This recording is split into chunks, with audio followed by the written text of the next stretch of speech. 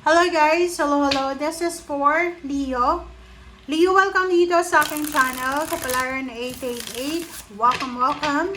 Alamin natin, Leo, kung anong messages, energy, gabay para sa inyong lahat. This is for the first week of March 2026 para sa lahat ng Leo friends natin. In general, ito guys, pwedeng love life, pwedeng career, pwedeng spiritual, or ano pa man. Alright, so this is for Leo.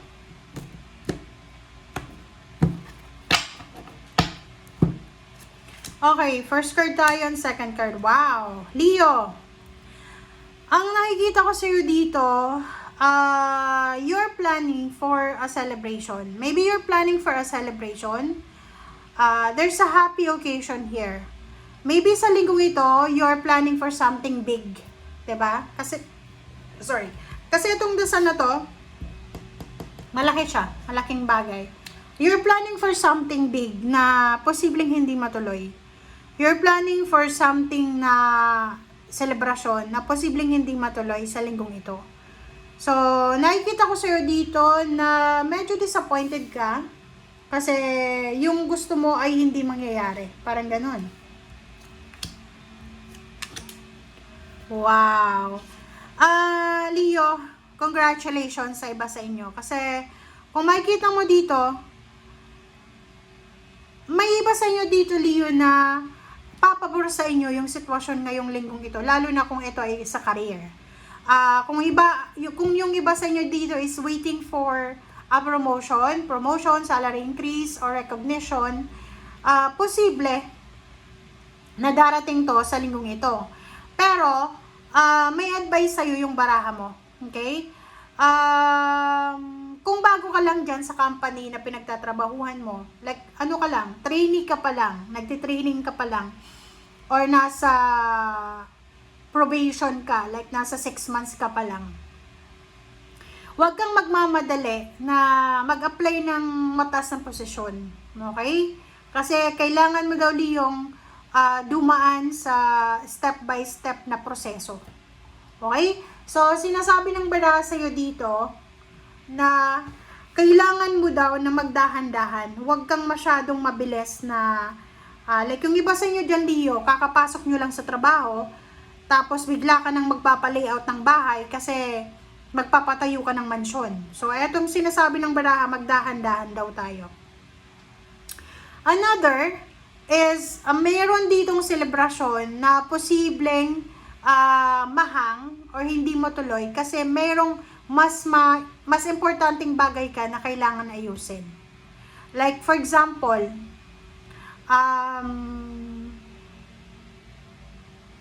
ang pinaka-example dito is you're invited sa isang okasyon. Maybe you're invited sa isang kasal or sa isang celebration, fiesta, graduation. Pwedeng hindi siya matuloy. It's because may bago kang priority, may mas importante kang plano or may emergency, parang gano'n. Okay, so let's check.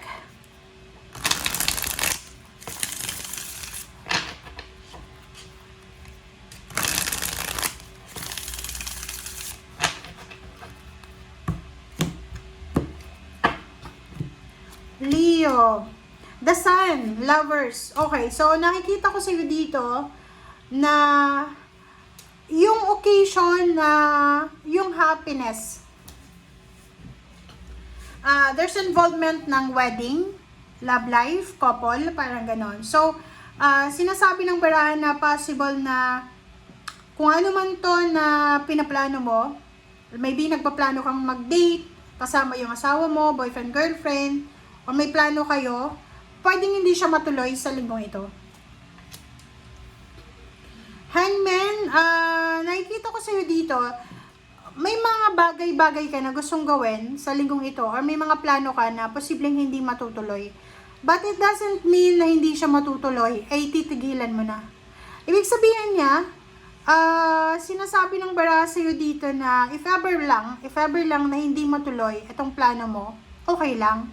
Kailangan mo lang pag-aralan, like, minsan kasi may mga bagay-bagay tayong gusto na hindi nangyayari And hindi ibig sabihin nun is rejection na yun. Minsan, yun redirection. So, sinasabi ng barahan na if may mga bagay na or sitwasyon ka na plinano para sa linggong ito tapos hindi natuloy, okay lang, maghanap ka daw ng iba, alternatibo, ganyan, para hindi masayang yung effort mo.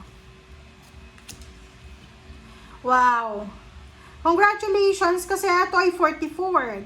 There's a balance. So, sinasabi ng baraha sa'yo, Leo, na kung ano man tong ginagawa mo sa ngayon, ito ay magdadala sa'yo ng sobra-sobrang stability and balance. Okay? So, incoming siya.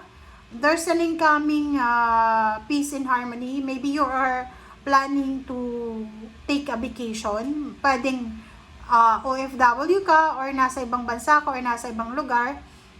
You're planning na magbakasyon ka, magpahinga for maybe this month of April, parang ganon. So, nakikita ko sa'yo dito, or maybe this April ay nagpaplano kang magpatayo ng bahay, magpa-layout ng bahay, or kung ano man to na stability and balance na pinaplano mo. Okay. All about money naman, sa usaping salapi, Leo, kung pag-uusapan naman natin yung salapi, yung pera, kaperahan, sinasabi ng bara sa'yo dito na huwag kang masyadong magpadalos-dalos, lalo na kung marami kang pera. Kailangan mong maging matalino sa pag-handle ng pera, lalo na sa linggong ito. Sinasabi ng bara sa'yo na bawasan mo yung sobra-sobrang gastos. Kailangan mong balansin, diba? So, kailangan mong isulat yung pumapasok, lumalabas na pera. Every day, every month, or every week.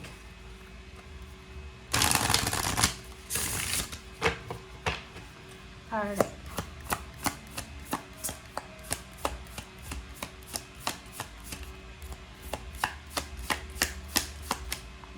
Okay, Leo.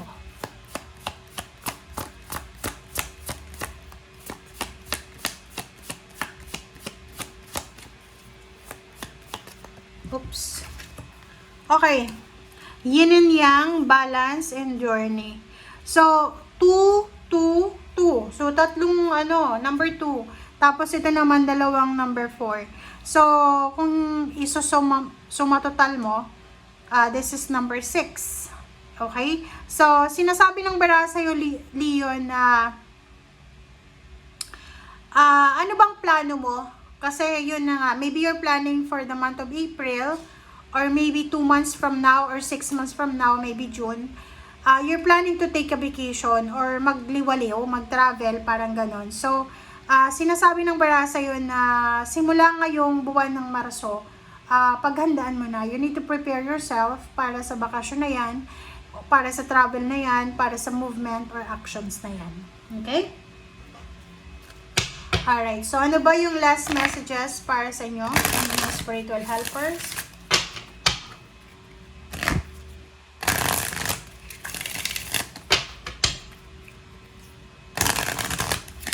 Oops, sorry.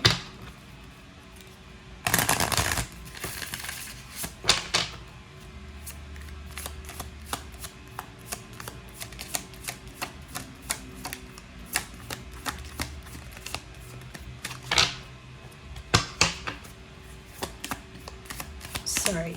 Last 2 cards tayo. Soul power.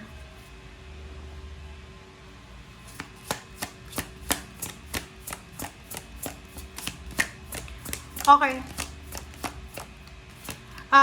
Sinasabi ng bara sa'yo na this is message from your spiritual helpers na you're a soul that comes with a body, not a body comes with a soul. Okay? So, ang importante daw ay yung kaluluwa mo. And, parang eto sa barahang to, sinasabi ng baraha sa atin na minsan, masyado tayo na Leo na nakafocus sa material na bagay. Masyado tayong nakafocus sa kung ano yung trend ngayon, or yung money. Money matters, wealth, parang ganun, abundance. Yung barahan nito, sinasabi ng barahan na kailangan mo din mag-focus sa yung spiritual, sa yung kaluluwa, kailangan nating, kumbaga, no, pagyamanin yung kaluluwa natin dito sa lupa. Parang ganon. Hope and give back. Okay. Okay, Leo. Meron ka, Leo, na mga loved ones, mga mahal sa buhay, ancestors na nasa spiritual world na. And sinasabi ng bara sa iyo na if you are suffering, or if you are currently may pinagdadaanan kang difficult situation, or nag-struggle ka, may pag-asa pa. You need to ask help sa iyong mga spiritual helpers, through invocation, prayers. May mga signs and symbols, synchronicities naman sila na ipapahiwatig sa'yo sa panaginip, music, smell.